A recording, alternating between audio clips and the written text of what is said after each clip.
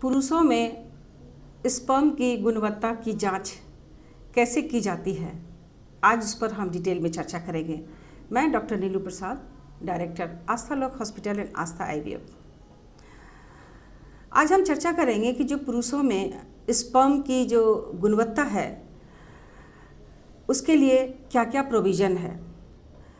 आमतौर पर जब पुरुष साल भर के अंदर अगर पिता बनने से वंचित हैं तो आईवीएफ सेंटर या फिर किसी मेडिकल सेंटर पर जाकर के जब अपना चेकअप कराते हैं तो उसे एडवाइस की जाती है सीमेन एनालिसिस टेस्ट के लिए। उसके साथ ही साथ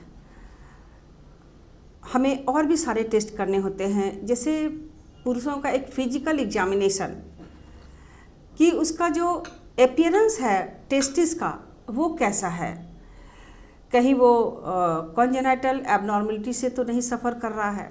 दूसरी बात है कि एक उसका अल्ट्रासाउंड से टेस्ट करते हैं कि अल्ट्रासाउंड में उसका जो साइज है, शेप है और टेस्टिस के अंदर की स्थिति क्या है। उसके अलावा हमारे पास है कुछ बायोप्सी करते हैं और साथ ही साथ हम उसे एक कैरियोटाइपिंग के सहारे जानते हैं कि जो पुरुष हैं उसके जो सीमेन एनालिसिस के अलावा हमें इन सारी टेस्टों को कर हम पता कर सकते हैं कि उनके टेस्ट में सब कुछ नॉर्मल है।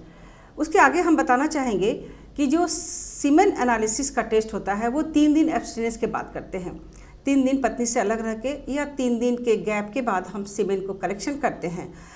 आमतौर पर हम जो सीमेन सैंपल लेते हैं उस सैंपल में उसका जो वॉल्यूम होता है वो वॉल्यूम लगभग 1.5 ml तक होनी चाहिए। साथ ही साथ उसमें जो कंसंट्रेशन होनी चाहिए वो लगभग 15 मिलियन पर ml से ऊपर होनी चाहिए। साथ ही साथ उसमें जो काउंट है, नॉर्मल काउंट तो 15 मिलियन से मिलियन तक होती है, लेकिन जो सीमेन एनालिसिस टेस्ट होता है उसके जो मेथड हैं उसमें हम लोग सीमेन का कलेक्शन करते हैं और एंड्रो लैब में सारी उसकी जांच की जाती है। सीमेन सैंपल जब कलेक्ट करते हैं तो उसकी जो मात्राएं होती है वो 1.5 ml होनी चाहिए। साथ ही साथ उसमें जो कंसंट्रेशन होता है वो कंसंट्रेशन 2.5 ml पर ml से ज़्यादा होनी चाहिए। साथ ही साथ उसमें जो मॉर्फोलॉजी है, मॉर्फोलॉजी 45% से ऊपर होनी चाहिए और साथ ही साथ पसल की संख्या जो है वो लेस देन 1% होनी चाहिए और उसमें जो मोटिलिटी है वो लगभग राउंड अबाउट 40% होनी चाहिए।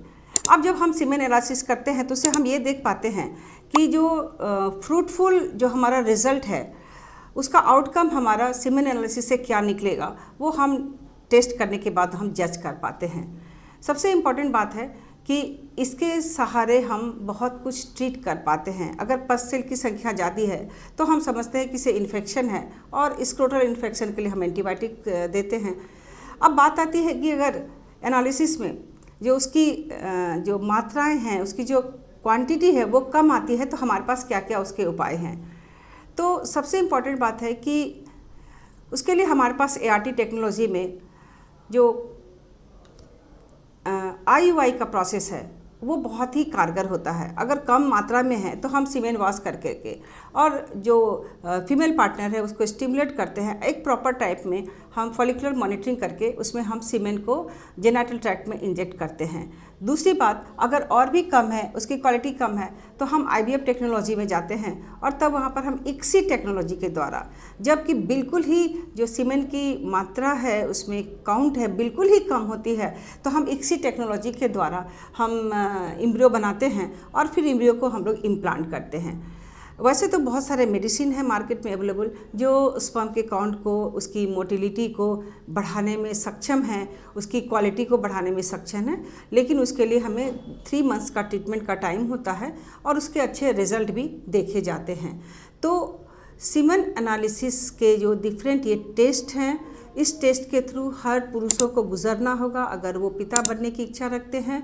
और उसके बाद जो रिज़ल्ट आता है, रिज़ल्ट के बाद हम डिसाइड कर पाते हैं कि हम कौन से मेथड अपनाएं, किस प्रोसेस के थ्रू हम जाएं कि हम एक फ्रूटफुल जो प्रेगनेंसी है हम उसे पत्नी को दे पाएँ और वो पिता बनने के योग्य हो सके।